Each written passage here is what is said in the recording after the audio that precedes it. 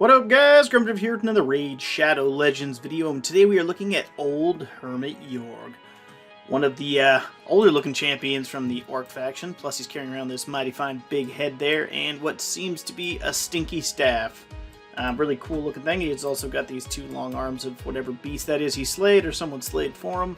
Cool champ, cool kit, reviews, pretty glowing.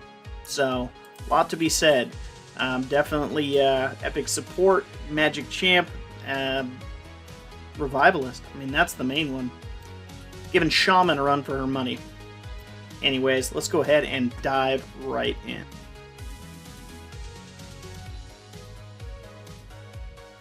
Alright, here's our in-depth dive into the old hermit himself. Gotta been a lot of kind of self-preserving kit is really what we're going for, with a little bit of speed. What you can do if you have this champion, you have the right gear. He's a great candidate for a shield set. We'll figure out why when we look at his moves. But anyways, if you're looking at what I got here, he is an attack-based champion here. So we don't have too high of an attack. 2200, just not that high. Or yeah, 2200. We got 40,000 HP. Need him to survive. 2400 defense, which is not bad.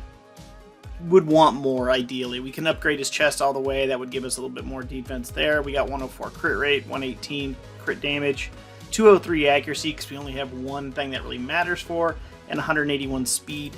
You could have him faster. He would help out more if he's faster. So that being said, let's go ahead and just do a slow roll through these items here, just so you can kind of get a good idea of what I used and why I used it.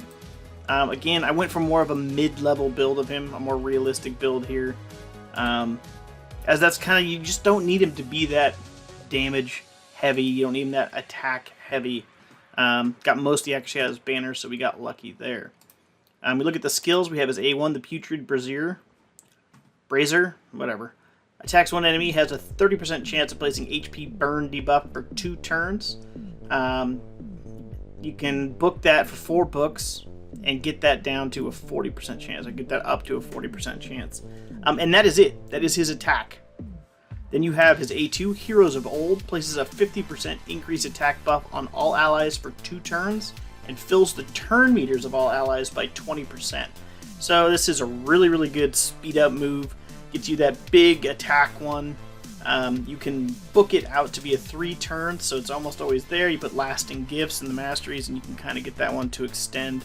Solid move, like a baby arbiter type thing going on there. Alright, then we have Ghost Walk on his A3, revives 2 random allies with 60% HP, then fills their turn meters by 40%, and places a perfect veil buff on them for 2 turns.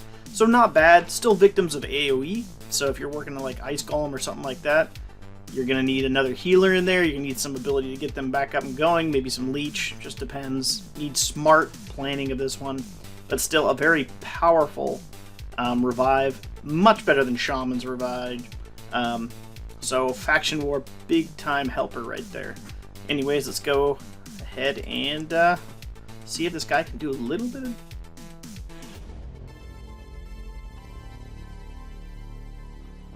Alright, so here we are in our new damage test ground. We are using Dragon's 23 because it's void. This makes everyone equal opportunity hitter.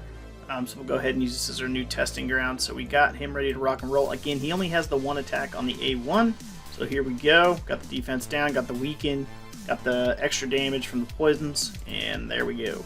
Boom, 28,205. So, not bad. Remember, these numbers are going to be a little bit lower. The defense is higher up here. Yeah, he can hit. He's not spectacular. He's not like a game-ending hitter. That's not bad for the level we're at here. So, to answer the question, yeah, he can hit. To answer the follow-up question, no, don't build him to be a hitter. Just don't. It's a waste. That's not his utility. His utility, well, let's figure out what his utility is.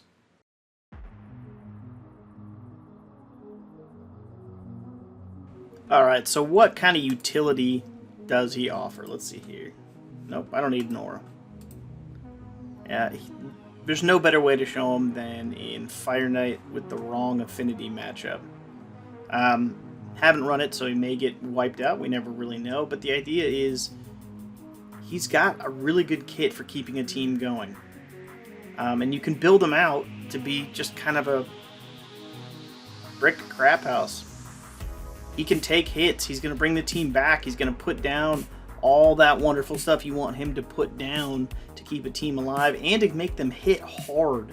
So, yeah, he's got utility. And we're going to see it time and time again in these runs because he's got a pretty weak team with him.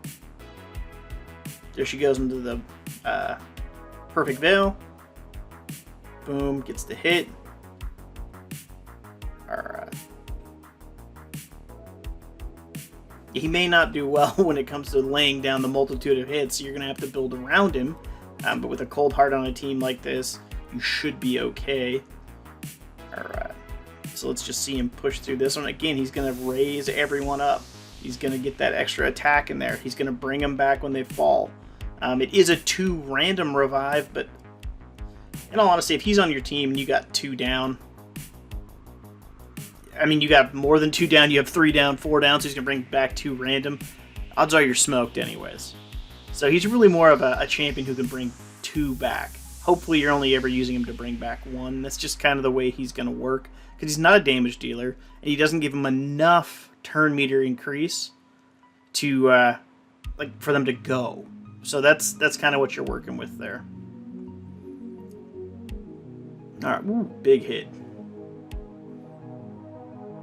Everything's looking good. He's getting his health from his gear. So we're just kind of topping up with that. Hopefully that guy can smack a little bit harder. There we go, that turn meter. And she's back. Boom. Alright, that was about as close as I was willing to let that one get. That was pretty nasty. There's that increased attack, so now we're going to start doing some real damage here. Alright. Boom. Good stun. So he should be building up some health every time we cycle back through. I think it's 3%, right? Ooh, lay down a burn. Did not expect that.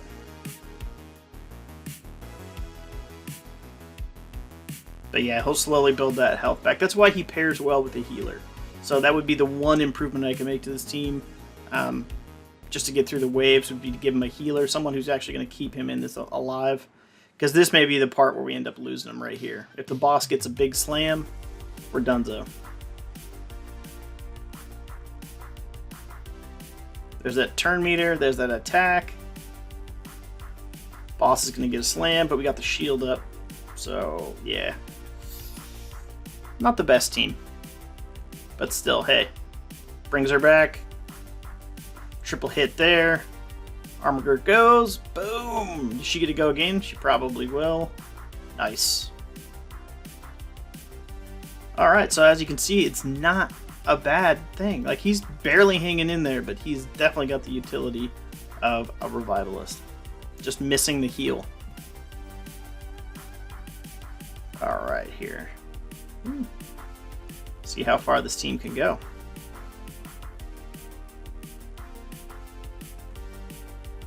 Look at me doing this like tennis thing down here, I apologize.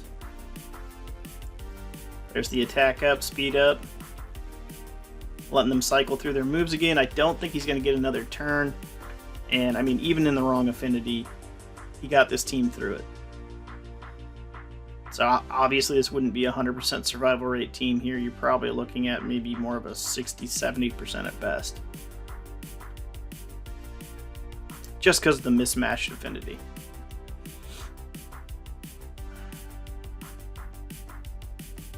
Alright. Long enough on that. I'll bring you back at the end. Boom. Down he goes. Alright. Obviously, he's not landing much damage. 96,000 damage. You have to remember, he only has 1 attack. He has 2 other moves that have no attack in him at all. So, he is just hitting that occasionally, plus bad affinity. So, yeah, he keeps the team together. But it really does beg the question.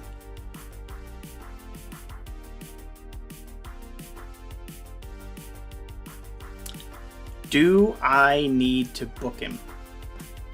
And I kind of say yeah, for one weird kind of reason is he doesn't need that many books. He's got 2 on his A2. He's got 2 on his A3, making these things way better. I mean, 5 turn cooldown on that. You got a 3 turn cooldown on the speed up. That's only going to help just a tremendous amount. And then, yeah, I would walk the books in. I would ignore this A1 as much as I can, because an extra 10%, you don't really care that much. So let's go ahead and throw some books in this guy. Let's throw some of him in him, right? I got 4 of them. Just chilling. Alright, so... And they all went into his A1. Well, at least I know I can just put all 4 books in, we're done. Alright, fully upgraded. I mean, he was going to fully upgrade it anyways. You want to see the damage chest and all that kind of stuff. As for his... his masteries... I say you could probably get away with not putting any masteries into this champion. He's pretty solid the way he is. However, that's not what we're going to do here. If you want a little extra damage, go down here, go War Master. Doesn't seem like there's too much point to that, so let me kind of pause and see what I'm going to do here, and I'll be right back. Alright, so here we go. We're going to go with pinpoint accuracy because I don't really want to waste it on 810. Oops. I don't want to waste on 810 HP, but I want this here, the Exalted Death. Heals the champion 10% of their max HP the first time an enemy is killed each round, just because of the way I have him built out. We're going to go over here. No turn meter, I don't want that. We'll go ahead and do Swarm Smiter. I don't need it that bad, but what we want is we're going here, Cycle of Magic, just so you can get the possibility of those. We're going to get some more out of the Lore of Steel, and we're going with Lasting Gifts. That is what we're doing over there. And then I've been thinking about everything else. I could do Sniper and get that extra 5%. Might as well, since I'm already at 40, right? So we get the extra 5% to put that HP. I'm just going to go standard down here, get a little more damage out of him. I thought about going with Retribution. I thought about going with all kinds of different stuff here. Ruthless Ambush. Yeah, because might as well. Why not? Alright. Boom, War Master. That's what we're going with. He's kind of a tough champion. That's why I say I don't think you really need masteries for this champion. I think it would be overall a waste of time. The Lasting Gifts is kind of nice because you can keep the attack up for 3 turns. You can keep that Perfect Veil on for another turn. You know, it helps, but it's not worth the 800 gems or, what was it, 1800 or 2000 energy or whatever the heck it costs energy-wise. It just doesn't seem worth it to me. But we'll find out right here as we jump right back into these battles. Here we are for the damage test. A1 in the corner. Here we go. Boom, 40,000 up from, what was it, 28, 26, somewhere in there. So quite a bit of damage improvement, but still not really worth all that much. Alright, on to the utility room. Alright, we're jumping into the utility part to see how much those books can affect the actual performance here. He should be cycling through his increased attack and turn meter a lot quicker. Plus we have that revive on a 5-turn cooldown, so when someone goes down, they won't be down for as long. Anyways, we'll go ahead and watch this first round, and then we will push on to the boss fight. Alright. It is looking pretty cookie cutter with the last one. It all depends on the final time, or whether or not they actually finish. As the final boss, I think last time was somewhere between 4:50 and 5:30, if I remember correctly.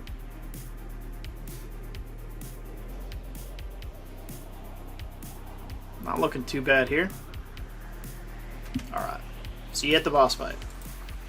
Alright, we're moving our way into the boss fight here. 2 minutes, 17 seconds, so not too bad. Not fantastic. Let's see how the champions do here. Ooh, they took the shield down. Nice. Not going to help, but I guess less of a hit here. Alright.